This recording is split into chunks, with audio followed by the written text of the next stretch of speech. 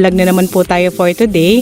So for today's video, nandito ako sa Cagayan, Quezon, kung saan bibisita po ako ng isang property na may sukat na 7 hectares. So nandito na ako sa kalagitnaan po so mamaya i-explain ko naman po sa inyo about sa road, and then about po dun sa dinaanan po namin from National Road So ayan, medyo pumasok-pasok na ako.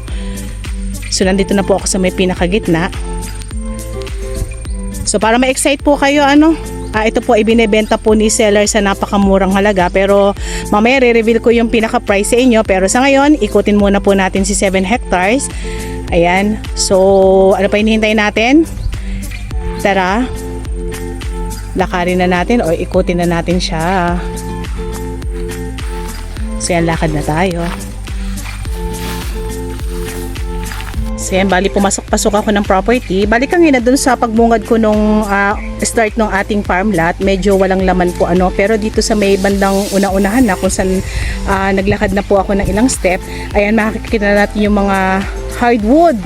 So wala pa ako nakikita mga tanim na niyog, siguro sa may bandang likuran yon. So marami tayong pwedeng gawing pang bahay. Malalaki yung mga hardwood dito.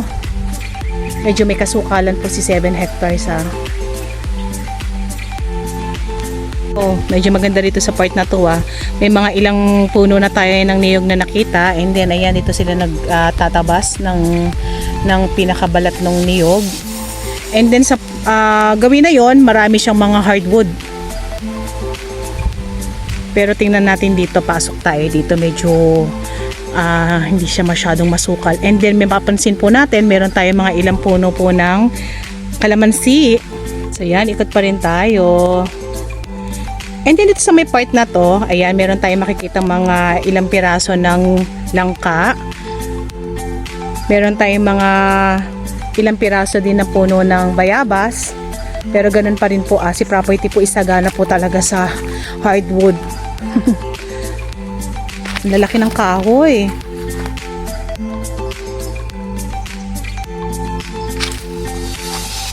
And then si property po is yung pinakatayo niya ng lupa is semi-slope lang. So napaka-gradual, okay na okay ikutin. Hindi naman ako masyadong hihirapin pagka inikot ko to.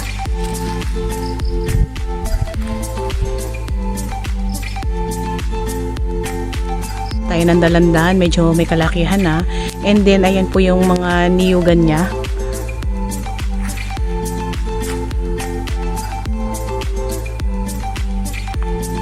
Pupunta tayo dun sa may gawidon kung saan meron daw po tayong nasasakupan na palayan po So tara, let's go.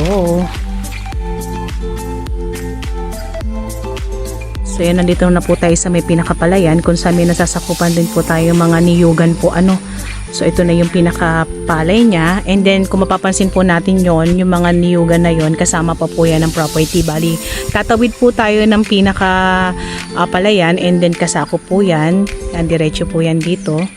So punong-puno ng niyog dito sa part na to. Ayan. So itong niyog na to ay hindi po namin estimated po kung ilan po yung pinaka niyog niya, pero ito po ay lumulukad or nag-aani po ng nasa 4,700 kabuo every ani po yun So meron po tayong return income talagang aasahan. And then kung mapapansin po natin, ayan, zoom natin, yan pong kabila na yan is punong-puno pa rin po yan ng mga hardwood, and then mga fruit bearing po nandyan. So gustuhin ko man pong tumawid dito sa may kabila dito, medyo may tubig na po. So hindi na po natin tatawirin. So yun pa rin po yung tayo ng lupa. Medyo may pagka-slope po siya ng konti. So napaka-gradual naman. So wala naman pong kahirap-hirap lakarin po Yan, ikot pa rin tayo sa property. Daming hardwood. Grabe. Kung mapapansin nyo po yung puno na malaki na yan po ay puno ng mangga po So meron daw pong nasa 4 na puno ng mangga dyan sa Migawi dyan. Kundi lang mainit, kayang-kaya nating tawirin. Semi-slope lang din po yung tayo niya gaya po nito. Masarap sanang ikutin kung hindi lang kami mainit napunta dito sa property. Lakad pa rin tayo. Wow, ganda dito. So si property po is hindi po siya madamo, ano po, siya po ay sagana po sa mga sanga na gabaraso ng bata, and then meron din pong mga iba na punong kahoy na hardwood na medyo may kalakihan na. So wala po tayong masyadong lilinisin kasi ito pong mga kahoy na to ay pwede po nating ipambakod, pwede rin po nating ipauling. Ayan.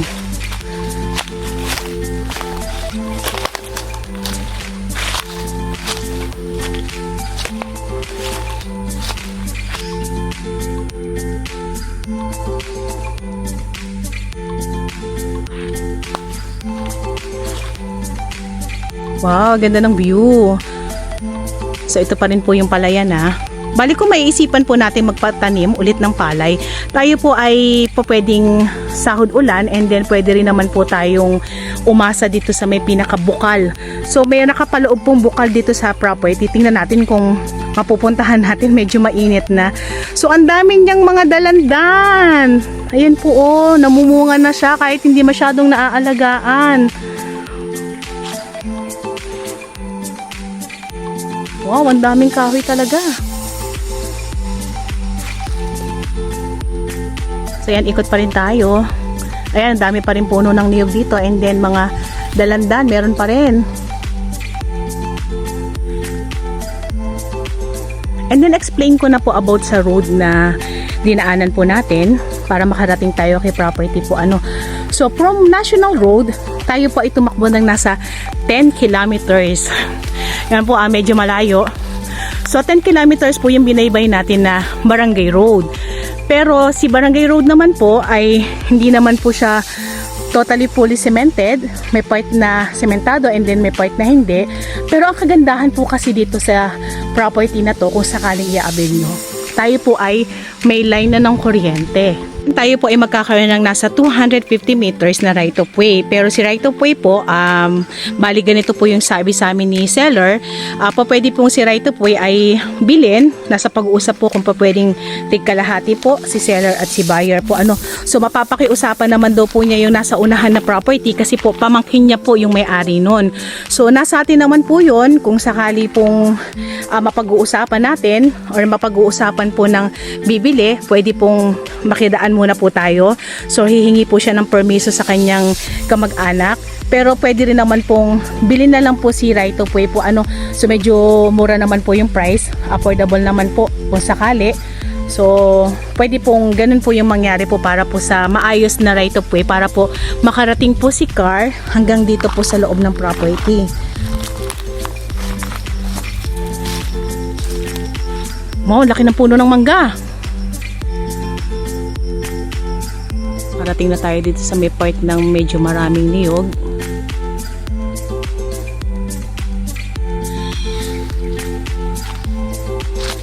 Ang ganda niya no, hindi siya masyadong, hindi siya bundok. Ang ganda na yung tayo ng lupa niya. Ito yung malilinis ay ganda. Ay opo, ang ganda po nito. Malilinis ang ilalim. Oo. Maganda po to ah.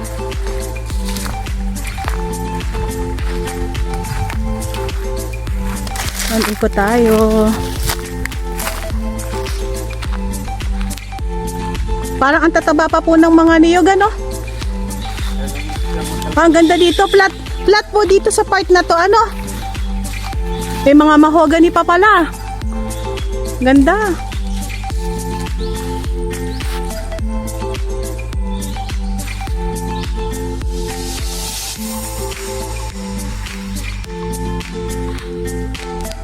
Lakad pa rin tayo. Pero papalabas na po tayo ng property. Pero bago po tayo mag-end, ayan, kung sakali po magustuhan niyo po si property, pwede niyo na po kami i-message sa aming WhatsApp and Viber na mag-a-appear sa inyong mga screen. Kung balak niyo pong bisitahin si property, at kung kayo po ay manggagaling from Manila, tayo po ay magko-consume po ng nasa 7 hours para makarating po tayo dito kay Farmlot po ano. So, price reveal po tayo. Si property po ay binebenta po ni seller sa halagang 1.6 million. So, meron ka na pong 7 hectares sa halagang 1.6 million po ano. Napakamura po nito ah. Tapos ganito yung quality ng property, ganito yung quality ng tayo ng property, ang ganda.